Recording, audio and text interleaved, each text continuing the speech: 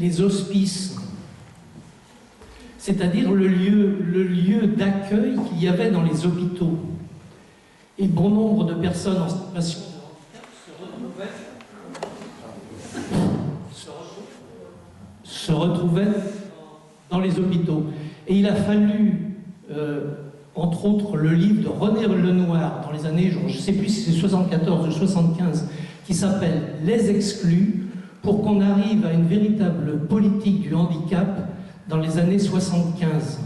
Et c'est à partir de là que des structures se sont mises en place, sous la pression aussi des familles qui, vieillissantes, n'avaient pas de solution pour leurs enfants. Et l'autre partie, c'était, dans les années 50, les mutilés de guerre. Voilà. Et donc, vous l'avez cité dès le départ, la grosse problématique, c'est qu'on vient du médico-social. Et que, comme tous les établissements médico-sociaux aujourd'hui, il y a des conventions d'objectifs et de moyens qui sont signées par les établissements avec l'ARS.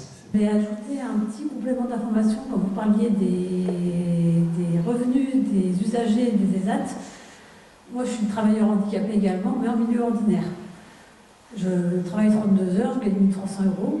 Quand je touchais l'AH, j'avais un complément d'AH en plus de mon salaire. Bon, c'était pas déduit de mon salaire complètement, contrairement aux travailleurs en ESAT. Donc il y a une grosse discrimination des travailleurs handicapés, en ESAT en particulier. Donc à tous ceux qui le peuvent, autant que possible, selon leurs moyens, si vous travaillez en milieu ordinaire, vous aurez votre salaire, le salaire minimum légal en France, vous aurez des droits du travail et vous aurez votre complément d'AH en plus. Satisfait de ce que faisaient les aides utiles en termes d'intervention, puisqu'on avait des entretiens d'espace vert sur un site gigantesque qui était fait au cordeau. Évidemment, les équipes étaient extrêmement autonomes. La personne qui était responsable des services généraux, qui était un de mes collègues, était quelqu'un d'extrêmement humain, qui lui aussi avait dans sa famille quelqu'un handicapé. Il était extrêmement sensible à avantager les gens, à faire travailler ces personnes-là. Et personne n'avait à s'en plaindre, parce qu'effectivement, la qualité du travail, elle était de NIF. Le prix était moindre que celui d'un prestataire normal, et qu'on avait l'impression d'agir dans le bon droit, dans le bon sens. Et moi, je pense qu'au niveau des solutions, c'est exactement ce que mademoiselle indiquait, c'est que le système flottant de rémunération qui fait baisser quelque chose d'automatique, comme ce qu'a ma sœur, à savoir l'AH, avec une baisse de la rémunération en contrepartie, est quelque chose à réformer. Je ne sais pas si c'est honteux, mais c'est quelque chose qui, forcément, nivelle les carrières. Le contrôle de l'inspection du travail, évidemment, puisque ça dépend pas du code du travail. C'est ce que je disais tout à l'heure, c'est l'un des problèmes fondamentaux de ces établissements-là, c'est qu'à partir du moment où vous avez un établissement qui se rapproche en termes de production et de travail d'un établissement d'une entreprise ordinaire, il faudrait que les institutions ordinaires qui contrôlent le milieu ordinaire de travail puissent intervenir aussi dans les ESAT, notamment l'inspection du travail, ce qui n'est pas le cas actuellement, et ce qui n'est pas non plus le cas des prud'hommes. Aujourd'hui, vous avez un litige avec les ESAT, vous ne pouvez pas saisir les prud'hommes, c'est pas possible juridiquement. Par contre, et ça faisait partie de la suite de l'exposé, c'est qu'il faut plus de contrôle dans les ESAT. Et au même titre que beaucoup d'institutions en France, on a eu le scandale des EHPAD, on a eu le scandale des crèches privées, les ESAT sont concernés aussi par ça. Et aujourd'hui, les ARS sont censés, c'est elles qui sont censées pouvoir contrôler les ESAT, aussi les départements, parce que ce sont les deux gros financeurs des ESAT, en fait. Donc c'est les financeurs qui sont censés pouvoir contrôler. ARS et département, et conseil départemental. Or, aujourd'hui, de l'aveu même des directeurs d'établissement que j'ai rencontrés, il y a quand même assez peu de contrôle. Il y a à deux niveaux. Au niveau économique, d'ailleurs, j'avais noté une phrase assez intéressante. Il y a eu un rapport qui a été effectué en 2020 de la part de la direction. J'ai plus le nom en tête, je suis désolé. Mais en gros, non seulement économiquement, les ESAT sont assez peu contrôlés, donc on ne sait pas trop quel budget ils sortent et quelles recettes ils font, mais aussi au niveau des conditions de travail, en fait. Donc ils devraient être effectivement plus contrôlés à deux niveaux, au niveau économique et aussi au niveau des conditions de travail. Moi, je suis également très adaptée et actuellement, et je peux dire que c'est plus du tout le cas. Les moniteurs, l'encadrement ne nous encadre plus du tout et ils nous posent, au contraire, ils nous poussent au rendement comme les ESAT. Enfin, moi, ce que j'ai dit dans le témoignage, on n'a plus le droit d'avoir de pause de 5 minutes, on n'a que la pause légale de 20 minutes. on avait le droit d'avoir des pauses en plus de 5-10 minutes pour se poser, parce qu'il y en a qui ont des traitements lourds ou des médicaments ou autres. On n'a plus le droit d'avoir ces pauses-là parce qu'il faut faire du rendement. Et l'encadrement, c'est vraiment l'encadrement d'entreprise, exactement comme en ESAT. Enfin, les encadrants ils ne tiennent pas du tout compte de nos handicaps. Il y a des handicaps très différents. Moi, de là où je suis, il y en a qui sont sourds, il y en a qui sont autistes, il y a moi qui ai des handicaps plus légers, plus invisibles. Mais il y a vraiment de tout et ils ne tiennent vraiment pas compte. Enfin, le discours qu'ils font, comme à la télé, à CNews, ils font le beau discours, tout est bien, tout est beau, mais quand on travaille à l'intérieur, on sait très bien que ce discours-là, c'est pour être embelli, pour mettre des belles choses après sur Google, comme disait Thibaut. Enfin, à l'intérieur, c'est pas du tout aussi beau que ça, actuellement en tout cas, et c'est vraiment, c'est poussé au rendement. Enfin, moi je disais, c'est pour des grosses entreprises qu'on travaille. Enfin, on travaille pour Manitou, pour PSA, pour Renault, pour Virkin, pour des grosses entreprises locales, mais pas forcément. Et c'est vrai qu'on a l'impression d'être vraiment poussé au rendement et que le mot entreprise adaptée, c'est juste pour faire l'embellissement, mais que derrière, on est vraiment une entreprise comme les autres en fait, et qu'ils ne tiennent pas du tout compte de nos handicaps. Et comme je disais, ça pousse à des problèmes de santé mentale. Il y a des collègues qui deviennent alcooliques, dépressifs, qui ont l'impression de faire toujours la même chose. Enfin, on peut changer de poste, mais c'est pas très valorisant ce qu'on fait. Enfin, on n'a pas l'impression que ce soit valorisé. Alors, je vais vous proposer maintenant de passer à la troisième partie de notre temps d'échange, qui est qu'est-ce qu'on peut faire pour changer les choses. En même temps, de toute façon. Et en fait, c'est peut-être naïf, j'en sais rien, mais est-ce que en tant que personne usagée, enfin dépendant d'une association, membre d'une association, est-ce qu'on a des moyens de faire que ça passe, au lieu d'être dans le code de l'action sociale et des familles, que ça passe dans le code du travail? Qui peut intervenir là? Est-ce qu'on a des leviers? Parce que quel type d'association d'usagers tu penses? Moi je fais partie de la Confédération syndicale des familles, moi aussi d'ailleurs, mais bon, il y a les syndicats professionnels, il y a quand même pas mal de... Voilà, j'entends ça quand je parle d'association de syndicats, et donc est-ce qu'on a des moyens de pression, des moyens pour que justement le gouvernement change ça, parce que c'est quand même scandaleux de dire que c'est des usagers. Moi je ne savais pas ça, que c'était des usagers, voilà. Et donc là c'était ma question, je ne sais pas si on a des moyens d'agir et quels sont nos moyens. Donc actuellement il y a une association qui a été créée qui s'appelle AMI. Donc c'est l'Association nationale de défense des malades invalides et handicapés. Donc il y a une pétition qui circule. Cette pétition demande que tous les usagers des ESAT obtiennent le statut de salarié avec un salaire et des droits identiques à ceux et celles qui travaillent sous le statut de salarié en France. Cette association, actuellement, elle a préparé un courrier pour l'envoyer donc au Premier ministre, au ministre du Travail. Elle est à la relecture d'un certain nombre de signataires. Donc dans les signataires, on retrouve donc la CGT, la FSU, Solidaire, la Ligue des droits de l'homme. Il y a également d'autres associations.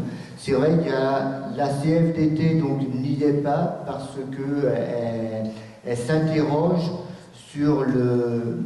Il y a des syndicats ont été invités aujourd'hui, mais ils ne sont pas venus, ils ne sont pas là.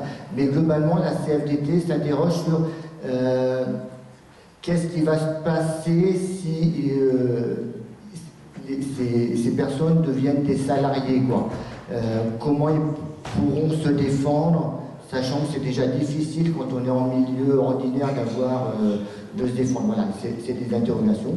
Donc ce courrier, là, il sera envoyé au ministère normalement le 15 ou 16 octobre et il devrait paraître dans la presse. Ouais, c'est la pétition. Voilà. Donc l'ACO fait partie également de ce collectif. Juste pour préciser, l'AMI, l'association dont vous parlez, bon, c'est une vieille association, mais la pétition elle existe déjà depuis quelques années, je crois. Elle a été relancée là parce qu'il y a un collectif travailleur handicapé qui s'est formé à nouveau.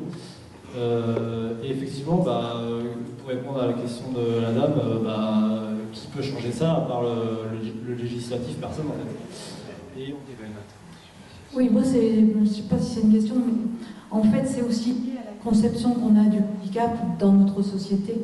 C'est-à-dire, on a tantôt un regard bienveillant, côté bienfaisance, charité, etc. Et à d'autres moments, c'est plutôt la rentabilité, etc. Sur le handicap. Et ce que des associations militantes dénoncent actuellement, c'est un petit peu ce validisme, c'est ce regard un petit peu où on catégorise les travailleurs, on les met soit dans des ESAT, soit dans le milieu ordinaire, on exploite aussi les capacités de certains travailleurs en fonction de leur handicap. Enfin, il y a des choses innommables qui existent et c'est surtout, moi de mon point de vue, c'est un petit peu ce regard qu'on a sur le handicap. Là, on parlait des syndicats, eux aussi, ils sont encore assez ambigus dans leur conception, dans leur regard sur les travailleurs handicapés. Il y a plus à défendre des fois le côté éduc plutôt que les personnes elles-mêmes dans leurs droits. Et pour ma part, c'est ça qu'il faut aussi travailler. Pour moi, il y a une dimension politique assez importante. Et c'est à nous, à chacun, effectivement, dans nos syndicats ou dans nos associations, de faire évoluer un petit peu les choses, de prendre notre place en tant que travailleurs handicapés, parce qu'effectivement, nous sommes assez invisibilisés. Déjà dans les ESAT, il n'y a pas de représentation des travailleurs handicapés comme on peut le voir dans les entreprises. Au niveau politique, on n'existe pas de tout. On n'a pas notre place, et je pense que c'est toute la question, elle est là. C'est-à-dire, c'est de lutter contre ce validisme ambiant et se joindre aux luttes antivalidistes. Voilà. Enfin, pour ma part aussi, j'affirme que c'est le milieu ordinaire qui doit être le lieu de travail de tous, y compris les travailleurs handicapés. Pour ma part, je suis travailleur handicapé, retraité, donc ça fait quelques dizaines d'années que j'ai pu voir qu'un certain nombre de collègues ont pu rester en emploi toute une carrière, alors qu'aujourd'hui, vu ce système ambiant, ils auraient la qualification de travailleurs handicapés et se retrouveraient en ESAT. Et c'est dommage parce qu'en fait, ils ont passé toute leur vie en milieu ordinaire et ils ont trouvé des droits, ils ont bien vécu, et tant mieux pour eux. Donc c'est un petit peu ça, je pense que, je le rappelle, la question est vraiment politique et c'est à nous de porter ça. Ouais, mais c'est super intéressant ce qu'il a dit, c'était une grosse partie de ma présentation suivante. Non mais c'est juste que parler de ça maintenant c'est hyper intéressant parce que c'est le fond du problème, elle a raison madame. Et on pourrait parler du droit international et effectivement de ce que c'est qu'une institution, pourquoi on met des personnes qui ont un seul point commun ensemble, c'est-à-dire un handicap ensemble. Alors est-ce que... ouais, ça marche pas.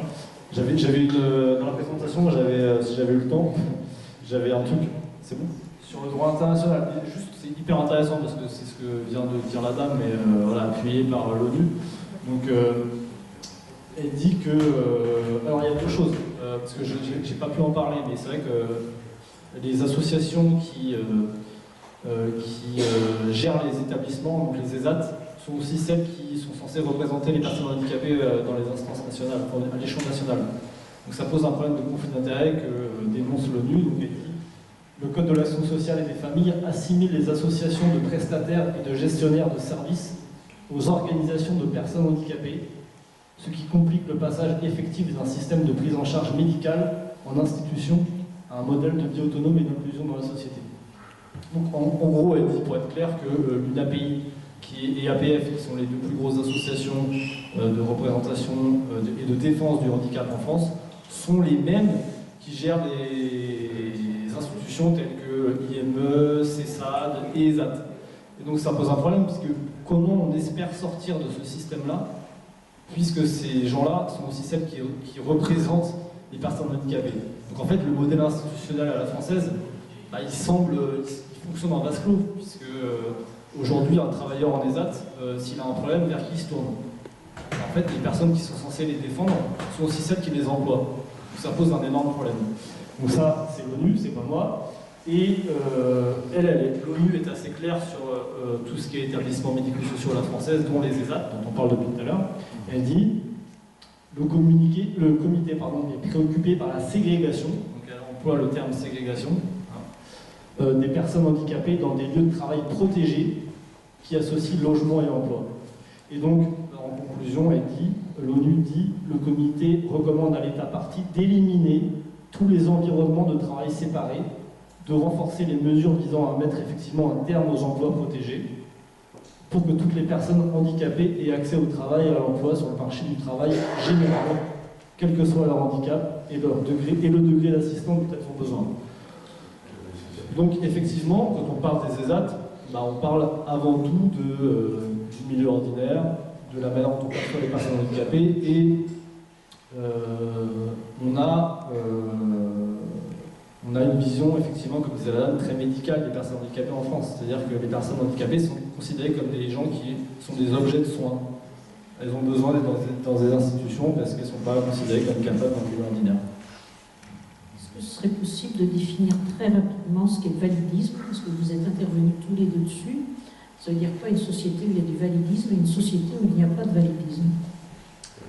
En gros, une société où il y a du validisme, c'est une société qui est fondée sur les critères de validité, c'est-à-dire que être valide, c'est la norme. Et donc, la société est faite par des valides et pour des valides. Donc, tout ce qui n'est pas valide doit aller dans des institutions, etc. etc. Ces gens sont, en fait, c'est plus que ça, ça définit des critères de normalité, en fait. C'est-à-dire que si t'es pas considéré, si t'es pas valide, t'es pas normal, et donc tu dois aller en institution. Et en fait, on se rend compte en réfléchissant un tout petit peu qu'en fait c'est pas tant le handicap c'est pas tant l'invalidité qui rend handicapé, c'est l'environnement. Demain, tu supprimes les escaliers dans le métro à Paris.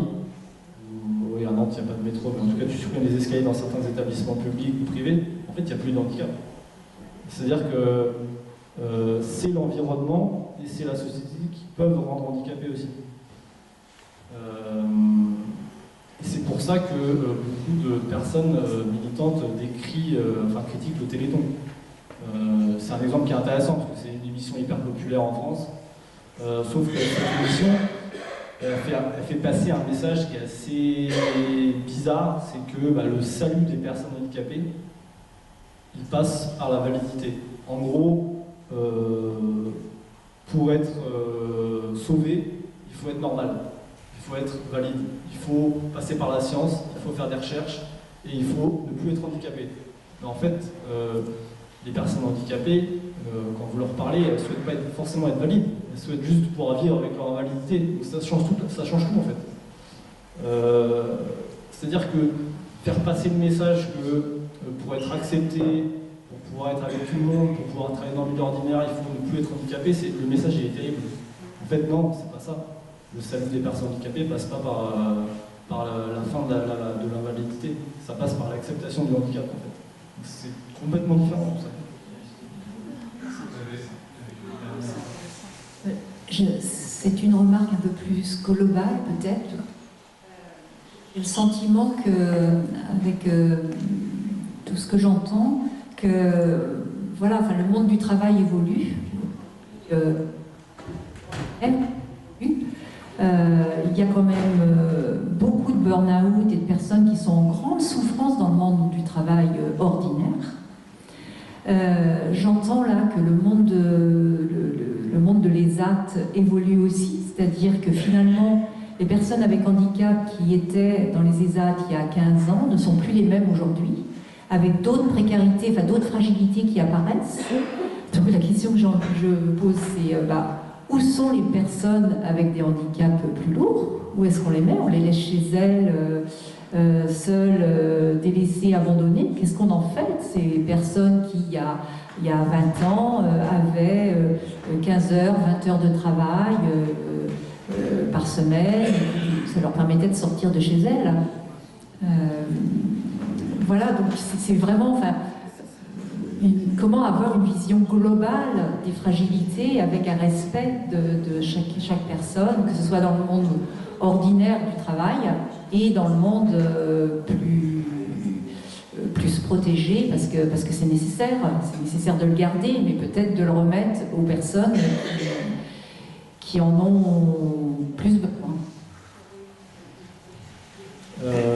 Alors il y a une double réponse à faire à ça. La première, c'est que effectivement il y a une évolution, on l'a déjà dit, il y a une évolution, et ça a été dit notamment par le témoignage du moniteur, je l'avais dit avant, il y a une évolution de la population des ZAT. On a de plus en plus de personnes qui viennent du milieu ordinaire, comme vous l'avez dit, parce que le terme burn-out, moi je l'ai beaucoup entendu, des gens qui ont fait des burn-out dans le milieu ordinaire de travail, qui ont pété un plomb, c'est soit que professionnel, soit parce qu'il y a aussi des raisons personnelles, et qui se retrouvent en ESAT parce qu'elles sont considérées comme plus capables de travailler dans le milieu ordinaire.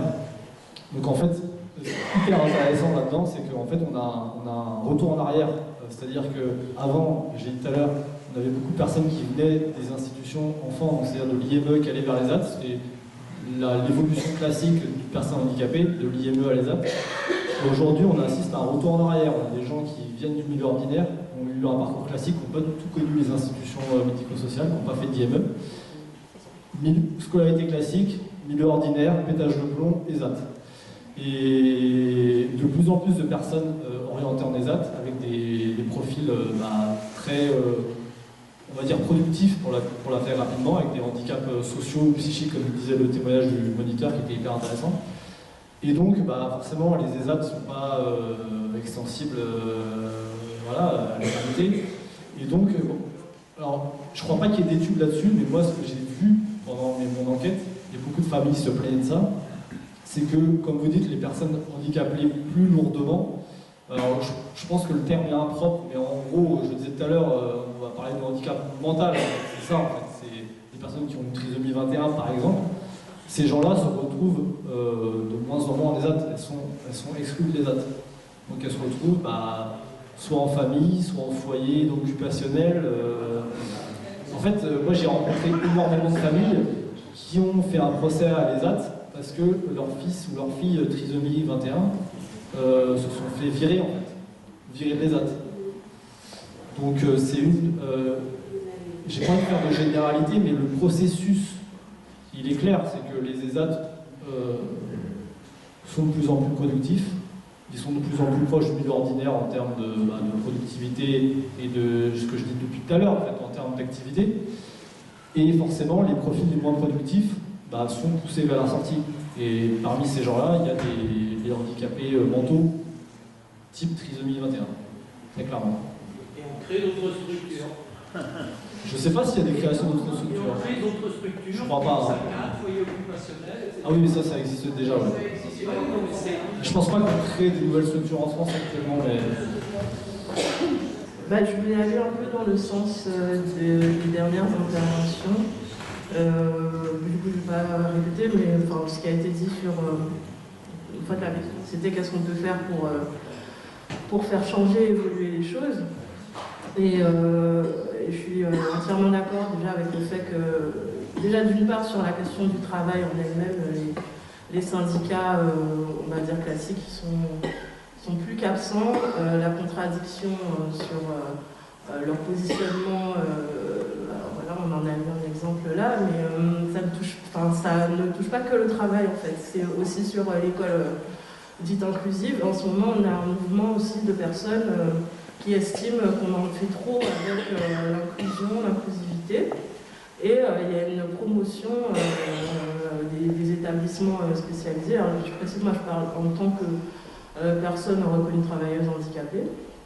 Je viens d'une famille où il y a plusieurs personnes handicapées. La personne qui m'a élevée est une personne handicapée. Et elle a connu les foyers, les institutions.